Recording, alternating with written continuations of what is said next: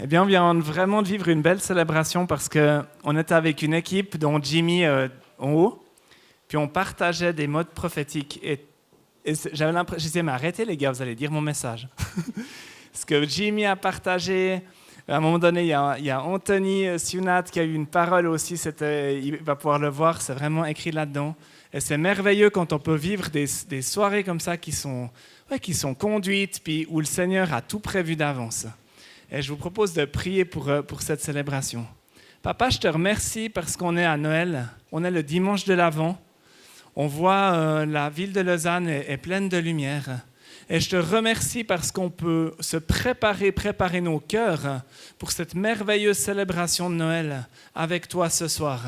Et je te prie vraiment, Seigneur, pour que tu viennes sécuriser cet endroit, sécuriser cette salle, Seigneur Jésus, pour que tout ce qui va être vécu ce soir, ensemble, en famille, il y a une protection de toi qui vient, une protection particulière pour qu'on puisse rentrer dans ce que Jimmy a déjà dit, rentrer dans cette adoption du papa qui vient nous aimer, qui vient pas juste nous aimer comme ça, mais vient nous faire un énorme hug et vient nous transmettre son amour.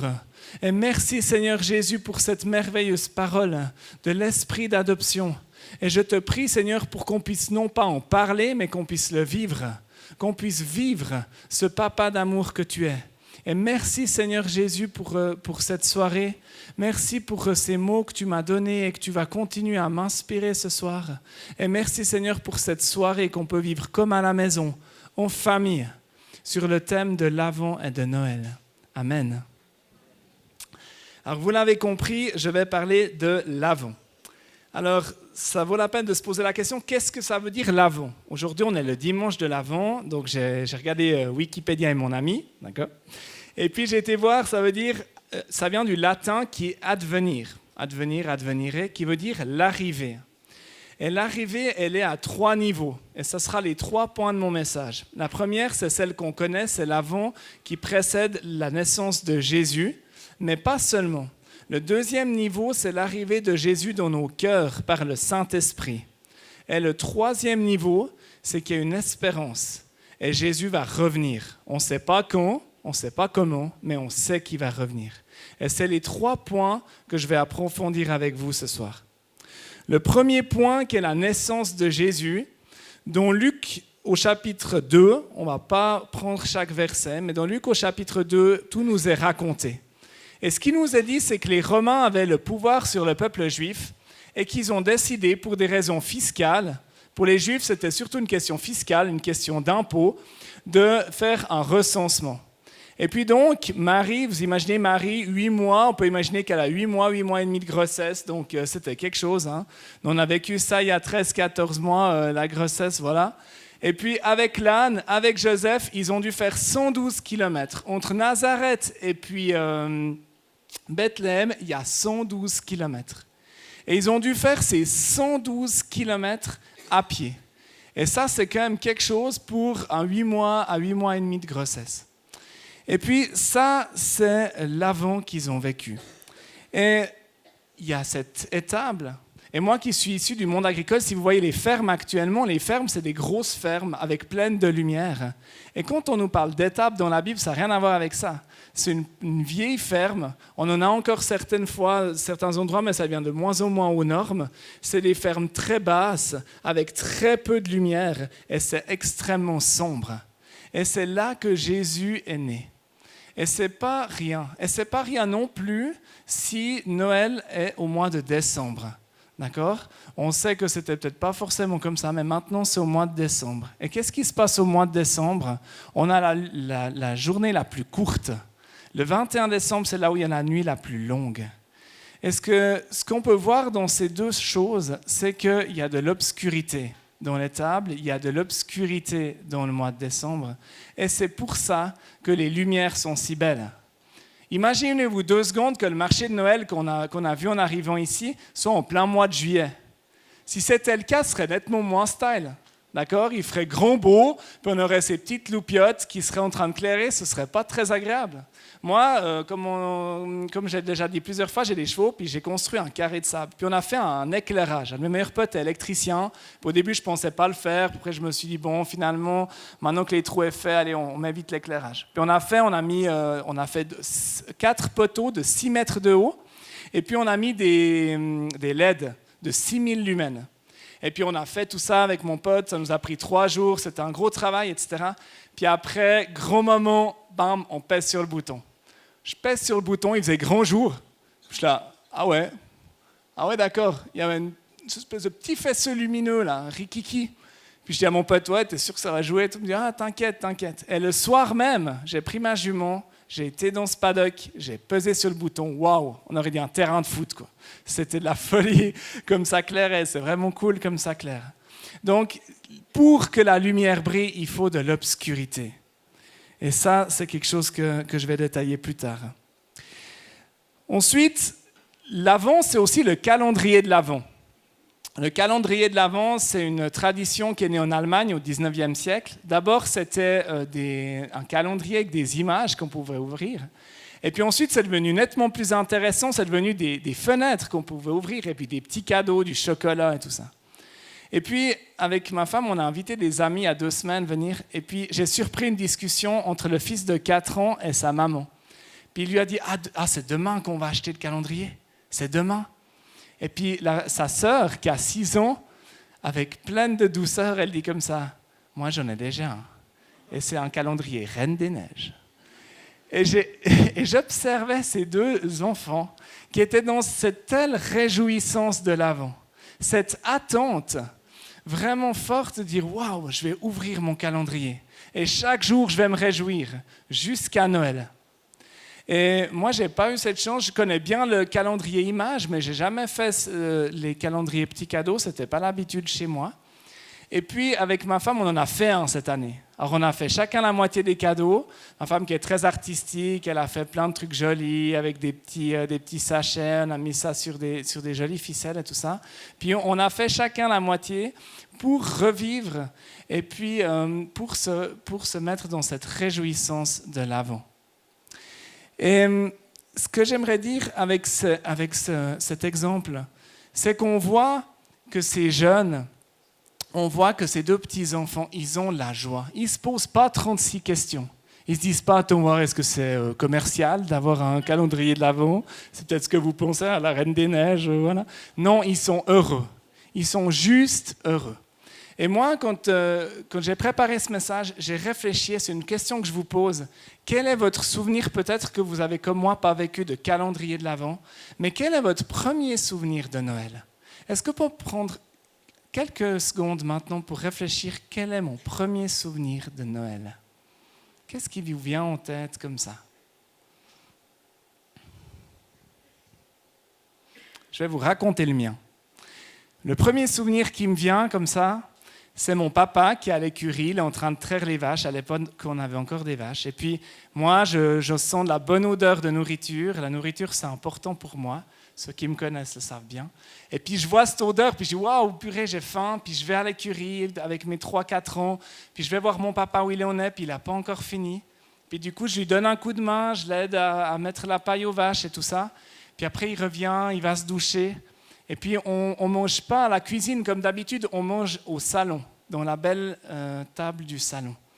Et puis, le repas, c'est des escargots. Alors, ça ne fait peut-être pas rêver tout le monde, mais en tout cas, chez nous, c'est vraiment le truc, quoi. Surtout la sauce à l'ail qui va avec. Ça, c'est vraiment notre plat de Noël, quoi.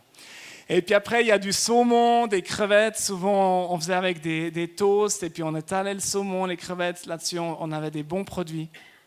Et puis après, on passait un moment où on allumait le sapin. On se mettait en famille et puis notre papa nous expliquait cette histoire de Noël. Et c'est ça que je me rappelle, moi, les 4 ensemble. Puis après, on ouvrait bien sûr les cadeaux. Mais ce qui me marque le plus, c'est d'avoir joué avec ces cadeaux, d'avoir joué avec des jeux de société et d'avoir vécu un temps de famille. Et c'est ça mon premier souvenir de Noël. Et je vais revenir là-dessus après. Ça, c'est pour l'Avent, la naissance de Jésus. Et le deuxième point, la deuxième conception de l'Avent, c'est l'avant, mais l'arrivée de Jésus dans nos cœurs par le Saint-Esprit. Et je vais prendre deux versets qui concernent le ministère de Jésus. Le premier, il se passe au baptême. Il y a quelques semaines, j'ai parlé du baptême. Et on prend ce verset dans Luc 3 au verset 22, il est écrit « Le Saint-Esprit descendit sur lui sous une forme corporelle comme une colombe. Le Saint-Esprit descend sur Jésus. » Puis ensuite, Jésus, il fait son ministère, on le connaît, il fait des choses extraordinaires, etc. Et le deuxième verset que je vais prendre avec vous, c'est Jean 20, verset 23, qui dit « Recevez le Saint-Esprit, ceux à qui vous pardonnerez les péchés, ils leur seront pardonnés. » Et il dit ça aux disciples. Quand il est revenu, il a ressuscité, il a revu ses disciples, et il leur dit ça juste avant qu'il les quitte définitivement. Et ce qui est fabuleux, c'est que souvent on est dans cette conception de l'avant, voilà, c'est la naissance de Jésus, etc.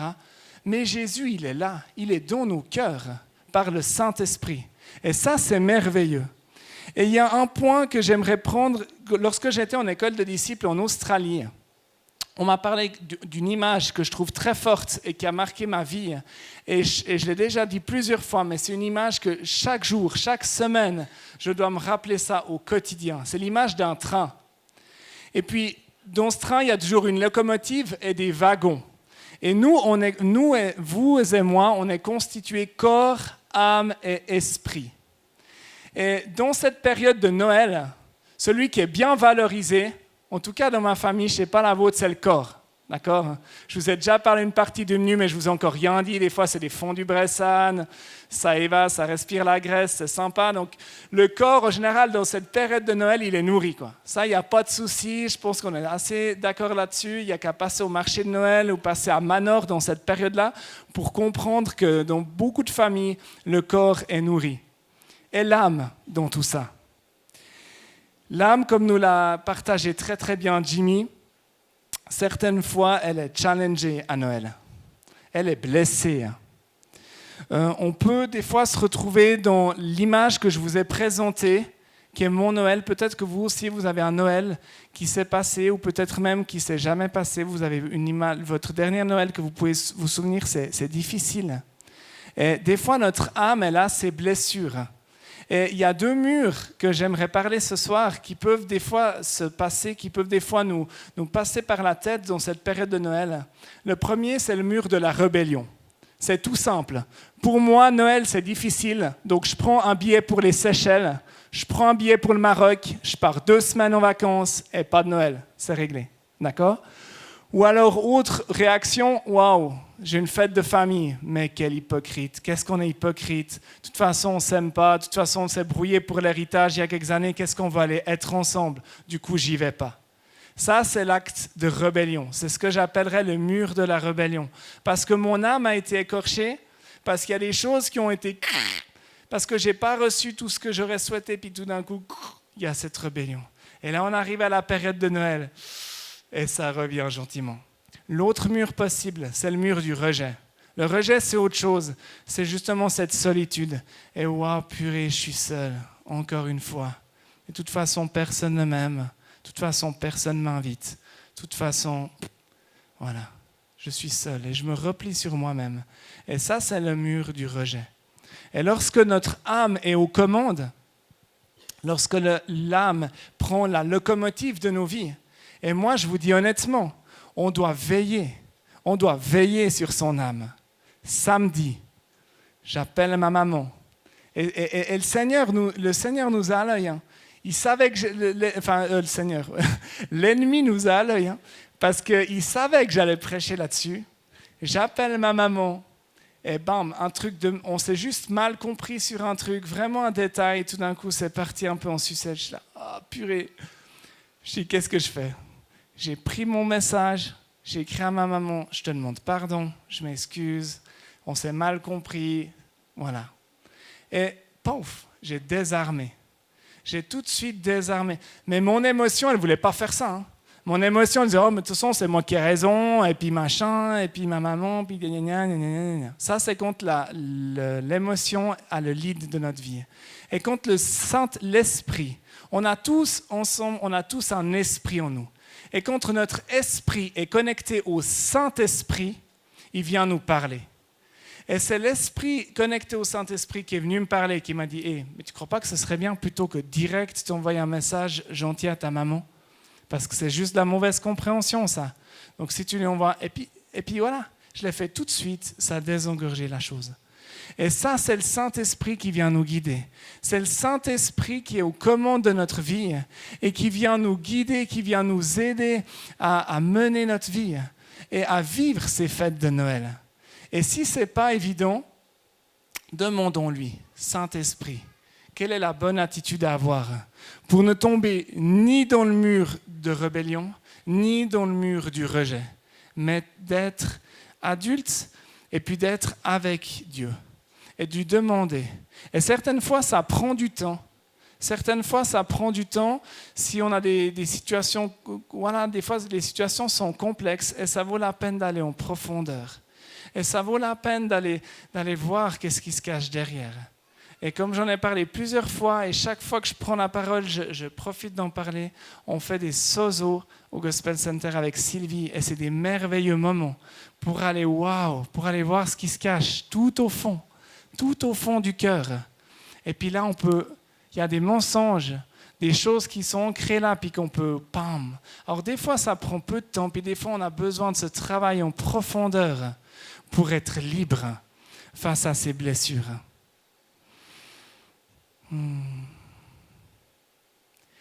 Et ce qui est beau avec l'esprit, c'est qu'il nous pousse à pardonner. Le symbole de cette colombe, c'est la paix. Là où il y a de l'esprit, il y a du pardon et de la paix. Et on est appelés dans nos familles respectives. Toutes les familles sont complexes. La mienne en premier. On a tous des familles complexes. Lorsqu'on a vécu le Noël dont je vous ai parlé, et puis quand je suis venu à mon adolescence, ça n'a pas toujours été comme ça. On a eu des Noëls où on s'est écrit des lettres, et puis on était en pleurs, et puis on se lisait ces lettres et tout ça. Mais l'important, c'est d'être dans cette démarche de pardon. L'important, c'est d'être dans le dialogue et de ne pas couper les liens. Parce qu'aucune de nos familles ne sont parfaites. Mais si on peut être en lien et d'être dans ce pardon perpétuel, d'être en lien les uns avec les autres. Et le dernier point, c'est l'arrivée de Jésus, le retour de Jésus. On est dans une période au niveau global où il y a une prise de conscience par rapport à la planète. Ça va très vite. On l'a vu dans les élections à Berne, ceux qui s'intéressent à la politique. Tout d'un coup, il y a une prise de conscience. Et dans le monde agricole, dans lequel moi je fais partie, il y a aussi une prise de conscience. De beaucoup plus de mes élèves commencent à me dire, mais moi, dernièrement, j'ai eu des élèves, ils m'ont dit, moi, ma ferme idéale, c'est une ferme où il y a beaucoup de travaux manuels, où c'est biologique, etc. Et ce n'est pas quelque chose que j'avais souvent entendu dans le monde agricole. Il y a une prise de conscience qui est là. Et tous, à notre niveau, on fait notre maximum. Mais c'est important de ne pas être fataliste. De se dire que, de toute façon, cette terre, quoi qu'il arrive, c'est une étape. Et ça donne une espérance extraordinaire. Ça donne une espérance merveilleuse. Ceux qui me connaissent proche sachent qu'en juin, j'ai vécu quelque chose de très difficile. J'ai eu un de mes élèves qui s'est suicidé. Et puis c'était un élève avec lequel j'étais en lien. C'était un élève que je voyais tous les jours. C'était un élève que je voyais aussi individuellement, que je suivais individuellement. Et puis, sa situation était difficile. Il n'avait pas les notes à l'école. C'était son projet de vie d'être agriculteur. Il devait faire le deuil de ça. Et puis, c'était très difficile pour lui. Et puis, il a mis fin à ses jours. Ça a été un cataclysme dans mon école. Ça a secoué les élèves, ça a secoué les profs, ça a secoué la direction, ça a même secoué au-delà de la direction, dans les différentes sphères étatiques. Ça nous a tous secoués. Et là, à ce moment-là, j'ai la chance d'avoir une aumônière catholique dans mon école qui a une foi sincère. Et là, j'ai pu voir que oui, j'étais secoué. Oui, j'étais impacté. Oui, ça a été difficile. Oui, ça m'a coûté un peu. Mais je sais où je vais. Je suis absolument très clair où je sais exactement où je vais. J'ai une espérance pour après cette vie et j'ai aucun problème avec ça, j'ai aucun problème de le dire, de le vivre. Et ça m'a amené une sécurité dans cette situation difficile où tous mes collègues, tout le monde avait tout d'un coup son passé, tout ce qu'ils avaient pu vivre vis-à-vis de la mort. Et puis moi, j'ai pu dire merci Seigneur, parce que j'ai une espérance, parce que tu es avec moi et moi, je sais où je vais. Et c'était merveilleux de pouvoir vivre ça.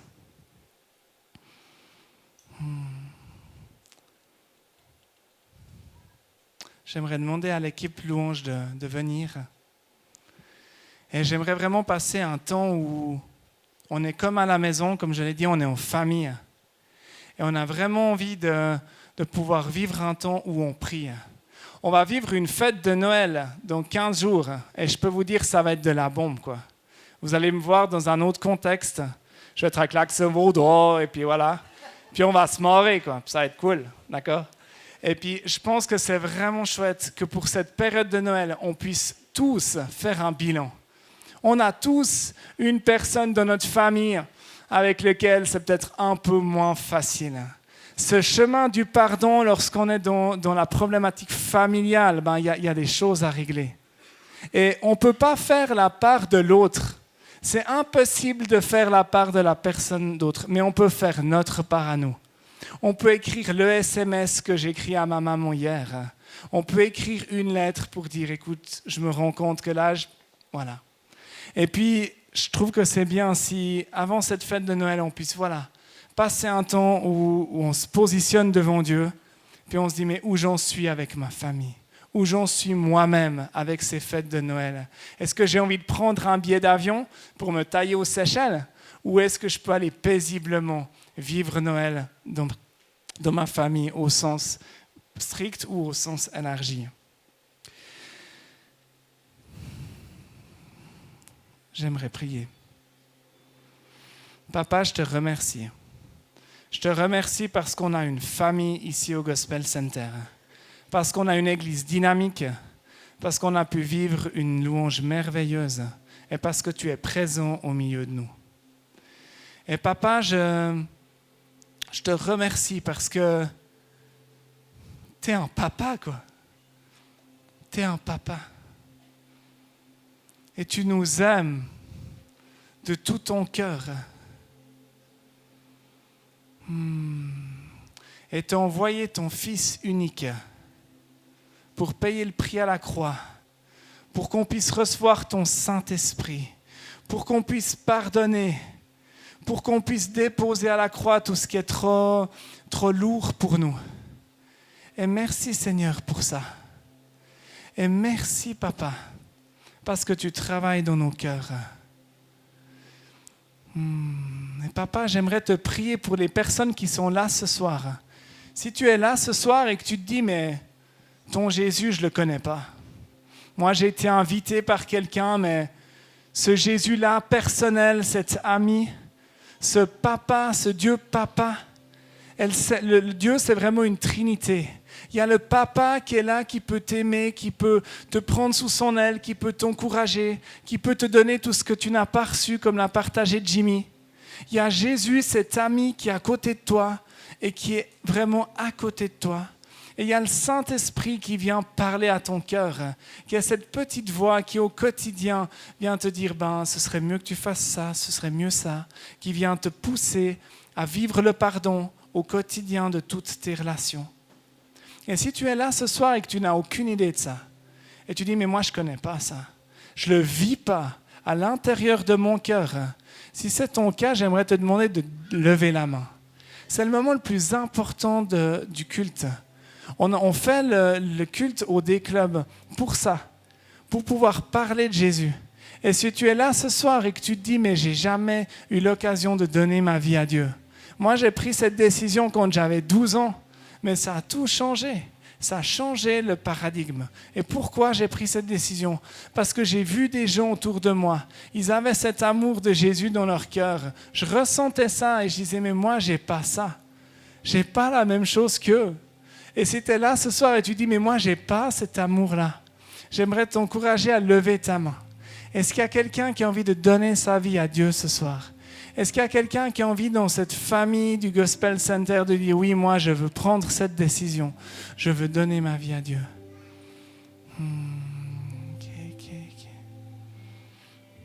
Oui, je vois votre main. Est-ce qu'il y a quelqu'un d'autre?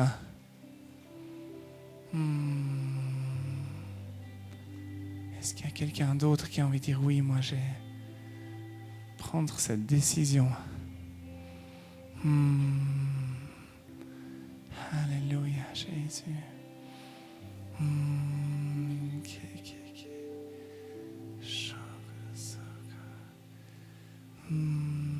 Alléluia. Et le deuxième appel que j'aimerais faire, c'est si tu te sens concerné par ces deux murs, ces murs du rejet, de la rébellion, tu te dis oui, c'est vrai, j'ai des choses à vivre par rapport à ça. J'ai des choses à vivre. Le pardon, il est important que le pardon descende une couche supplémentaire. Peut-être tu te dis oui, mais j'ai déjà pardonné à mon père.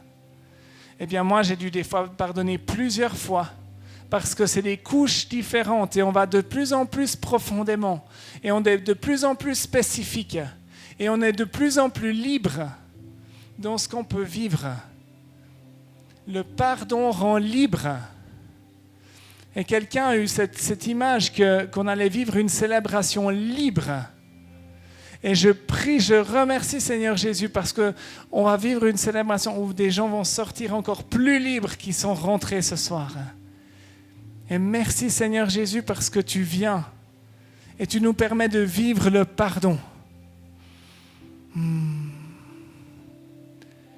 Alléluia. Et le troisième appel, c'est pour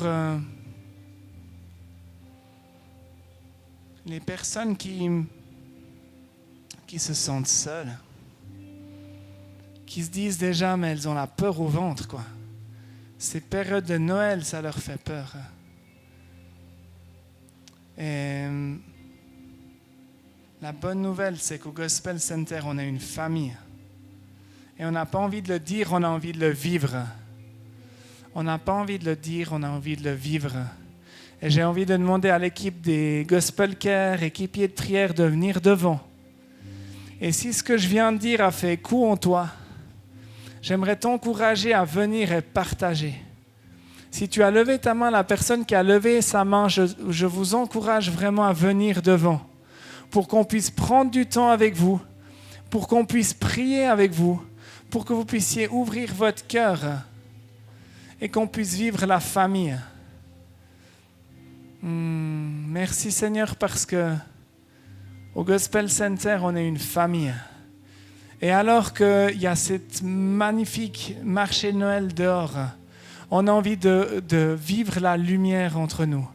On a envie de mettre la lumière dans des situations qui sont un peu plus sombres, comme l'a dit Philippe. Des feuilles qui sont peut-être grises, qui sont peut-être noires. On a envie de vivre une célébration où on vient plus en profondeur vivre la lumière. Et papa, je te remercie pour cette célébration de l'Avent. Je te remercie parce qu'on va pouvoir, comme je l'ai fait ce matin, ouvrir la fenêtre et manger ces magnifiques tic-tac que m'ont préparé ma femme. Et je te remercie parce qu'on va pouvoir rentrer dans ce processus d'attente, dans ce processus de réjouissance où on se réjouit de Noël. Et pour terminer, j'aimerais vous lire un texte qui n'est pas de moi, mais que je trouve qui résume magnifiquement bien ce moment de l'attente. Dieu, tu as choisi de te faire attendre tout le temps d'un avant. Moi, je n'aime pas attendre dans les files d'attente. Je n'aime pas attendre mon tour. Je n'aime pas attendre le train. Je n'aime pas attendre pour juger. Je n'aime pas attendre le moment. Je n'aime pas attendre un autre jour. Je n'aime pas attendre parce que je n'ai pas le temps et que je ne vis que dans l'instant. Tu le sais bien d'ailleurs, tout est fait pour m'éviter l'attente. Les cartes bancaires et les libres services, les ventes à crédit et les distributeurs automatiques, les coups de téléphone et les photos à développement instantané, les SMS et Internet, la télévision et les flashs à la radio. Je n'ai pas besoin d'attendre les nouvelles, elles me précèdent. Mais toi, Dieu, tu as choisi de te faire attendre le temps de tout en avant. Parce que tu as fait de l'attente l'espace de la conversion, le face-à-face avec ce qui est caché, l'usure qui ne s'use pas. L'attente, seulement l'attente de l'attente, l'intimité avec l'attente qui est en nous. Parce que seule l'attente réveille l'attention et que seule l'attention est capable d'aimer. Tout est déjà donné dans l'attente. Et pour toi, Dieu, attendre se conjugue prier. Père Jean de Bruyne.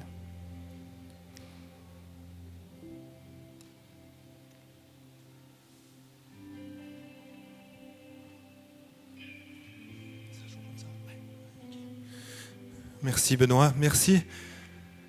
Vous savez, quand le Seigneur ouvre une porte, il y a toujours une surprise derrière. Donc je vous encourage vraiment à venir par rapport à ce qu'on a entendu ce soir. Venir ceux qui ont besoin, si vous sentez que le Seigneur ouvre une porte ce soir avec toutes ces choses qui ont été dites, approchez-vous pour recevoir votre surprise. Les personnes sont à l'avant pour prier pour vous, ayant cette liberté de Dieu. J'aimerais simplement qu'on puisse terminer cette célébration en restant dans la louange, mais aussi vous puissiez avoir cette liberté de venir devant pour vous approcher si le Seigneur vous a touché ce soir. Que Dieu vous bénisse, que Dieu vous accompagne aussi dans toute cette semaine, qu'il soit avec vous, et vraiment bonne semaine à chacun. Et si vous pouvez juste donner un petit coup de main pour ranger les chaises par pile de 14 comme d'habitude, merci beaucoup. Que Dieu vous bénisse.